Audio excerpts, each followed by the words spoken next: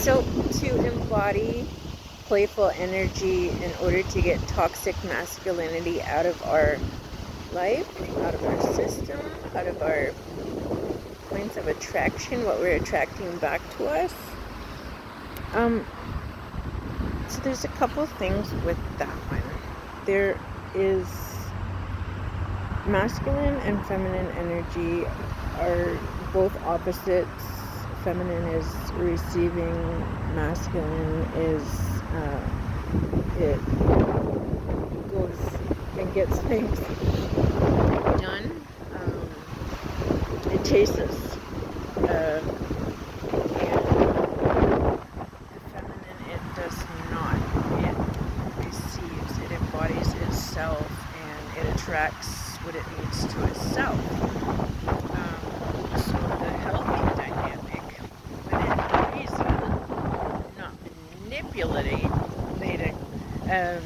men or anybody else, would be to embody your healthy feminine energy, and the men will then, the man, the husband, the partner, will chase that energy, be attracted, drawn to it, and desire it, because it's something that can't be attained, and it's rare, and it's something that is not easily provided and thrown at him and flaunted and given away. He can't achieve it without earning it. So that would be the point of having a healthy feminine attraction. But then we have, the same as we have toxic masculinity, we have toxic femininity. So we have these toxic females who think they are so outrageously just hard to get and just unbelievably so beyond desirable. That would be an abuse of power of femininity. And it would be very toxic because it's, high up on a shelf where nobody can achieve it, and you have to be basically a god within the god realms of existence in order to achieve it. But I would have to say that's more on a narcissistic level of vain and too black cattish. I don't know. There's playful kitties, and then there's like just that not the good ones. Yeah, I think it's one of those. So we need playful energy. You have to be able to laugh at yourself, but first you have to go through hell on earth in order to, go through the dark night of your soul and get over your toxicnesses that you somehow have and have been conditioned to have or inherited, or however you got them and you have them, and you just take yourself so seriously, like you are just a shite, and you worship yourself in the mirror for like 5 hours before you go out anywhere, and when you go out anywhere, as soon as you see a mirror, it's another 5 hours in the mirror, like whether it's physical vanity or else even character development, like personality wise, just everything is just so damn taken seriously. Like there's no room for error, there's no room for mistake, playfulness,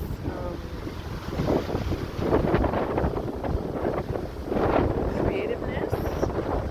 Everything is like, it's just cut and dry. It's a certain standard, or else like you don't fit in, or you're nobody, or you're judged. And I guess that would be the realm of Satan, because he's who thought he was so amazing, including and got kicked out of heaven because he was a monster and egotistical, thought he was like better and excelled God in every single way. So those traits have been handed down, fallen sons and daughters of men. And they still are alive and well on this earth, and we have them flourishing among us on a daily basis. So in order to weed through them and weed them out of ourselves, we need this playful energy. So the other thing about it is that, how do you play? Like, we're not 2, we're not 5, we're not 7, we're not 10, 12, like 15 anymore. What do you do as an adult when you are playful? And I just despise those silly people who say, what do you do for fun? It's not that kind of fun, my dearies. Not ever. We're not talking about that, because that is like a narcissistic trap for what do you do, so I know how to like sabotage what you like to do and make fun of you. Anyway, so what do you do to have fun? A lot of people are very social creatures. They're very, I mean, if they're not a leader being followed by their pack, they're kind of a follower who needs to be among a herd of animals in order to like fit in. So there's not really room for individuation, room to grow and spread wings and make mistakes and muddy waters and test things out, life, in any way without some sort of communal approval from other people. Lucky for us, I've spent my whole life like doing this sort of lone wolf damn thing that, I don't know, I just found that embodying my own energy, I just do what I want to. That would be the first thing. You gotta be able to do what you want to do. You don't need nobody's approval. Just go and do it. So for instance, let's see, what would be playful is like, yesterday I was shopping and I just happened to spend like 3 hours in the damn store looking at every single thing that I wanted to look at, and by the time I got sick of it and couldn't stand it any longer, I had to leave. I went to the cashier and I was like, okay, I'm ready, and I says, like, I've been in here for like 3 hours. I said, I gotta leave, I gotta go. And they're like, oh my god. And I mean, but it's the point of being playful. Like, you could look at it as, this woman is insane. She just like is not leaving her store. She's still here. She's here for like 3 hours. Maybe it was 2, but it felt like 4. And the point is that I just spent all that time with myself, by myself, thinking my thoughts, embodying my own energy, being playful about it, laughing, like small joking about it, and it was great. I wouldn't do it again today, maybe next month or 3 months, I don't know. But that's one thing. But there's other things I can do. Like sitting here talking to myself, making videos. Yeah, that's so fun, and it is. Because I am honoring myself and I'm getting my videos done. So yeah, bringing the playful feminine energy back to attract what we need from the Holy Spirit, because we are creatures of habit, and we are creatures of beating around this damn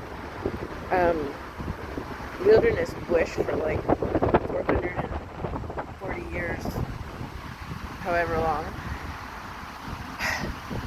regarding little molehills of issues that we turn into mountains, and we complain and we complain and we grumble and we get angry. We get all the negative emotions on earth known to mankind, that are not playful, and they ruin our lives. But we project it on the Lord. Yeah, there's getting angry, righteously angry, but we can learn to be playful with the Lord, and like the persistent neighbor who's knocking on the door at midnight asking for food so she can feed herself and I think it's the unjust judge. You know what? I'm literally gonna have to look at my scriptures again. But the point is, because she's persistent, the guy gives her what she wants to get rid of her. But when we're talking to the Holy Spirit and we are having that relationship with the Holy Spirit. Okay, so this is how I will explain it.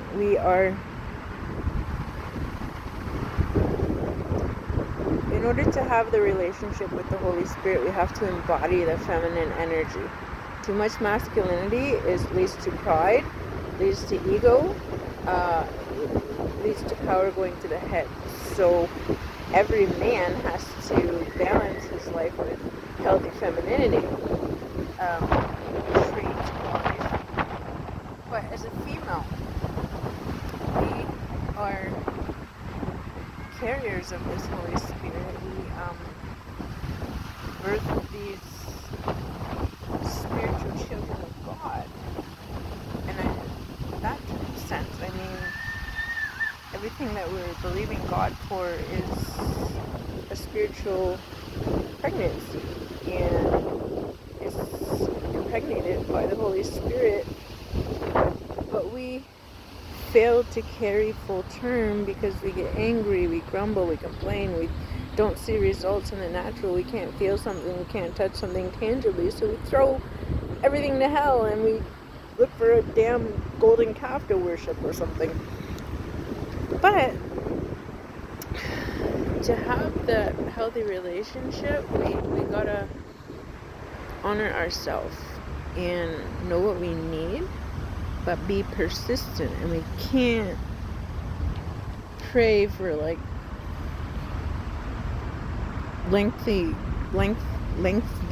prayers on the street corners like the hypocrites it was saying, in terms of prayer, asking for what we want, thinking what we're going to get what we want. And we don't get what we want because we are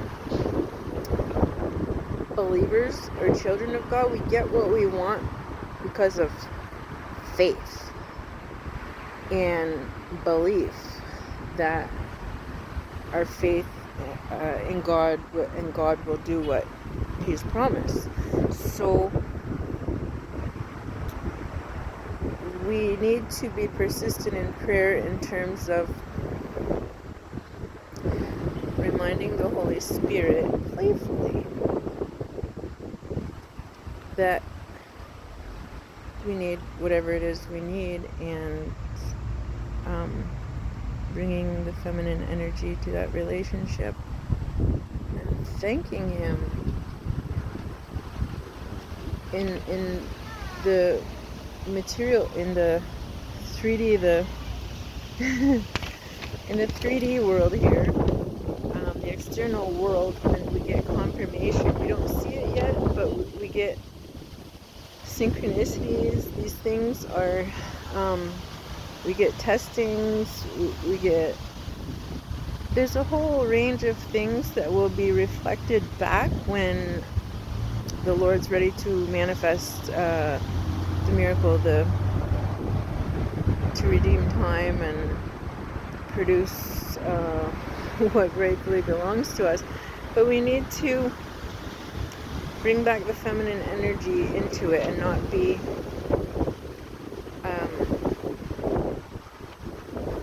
self-righteous, entitled, angry, hypocritical ranters of why we don't have and why God should provide and why we went through things for so long and how bad it is. Like, we can't go that way. That's a whole different type of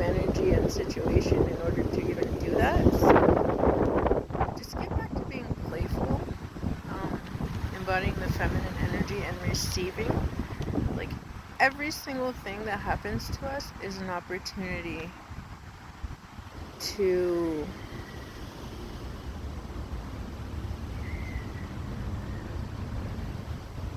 embody our value and stand in faith on what we're believing God for, which is what He's already put into us. Our deepest desires, our calling, who we are as individuals, what we're honoring, the value that we are honoring within us is what He is bringing into our life in the external. If we can just get it right and play with the angels, the messengers that come to us, play with the external world in these little playful moments with feminine energy. I guess that's a perspective to have. Well, it's needed if you need to embody Christian femininity, biblical femininity, playful energy, joyful energy. That would be a synonymous term. Joyful, playful energy. Be joyful. That's what it is. The joy. Without joy, everybody's depressed and sad and crotchety and don't want to be around them. You wouldn't want to give nobody something who's acting like that to you. So why would God want to give you anything either? And you can say He's being tough and everything, but if you look on the bright side of it, there's always a positive. There's always a light in the darkness. There's always that other perspective. And that's where the playfulness comes in. Trying to find those little spots out of every craziness that life throws at us.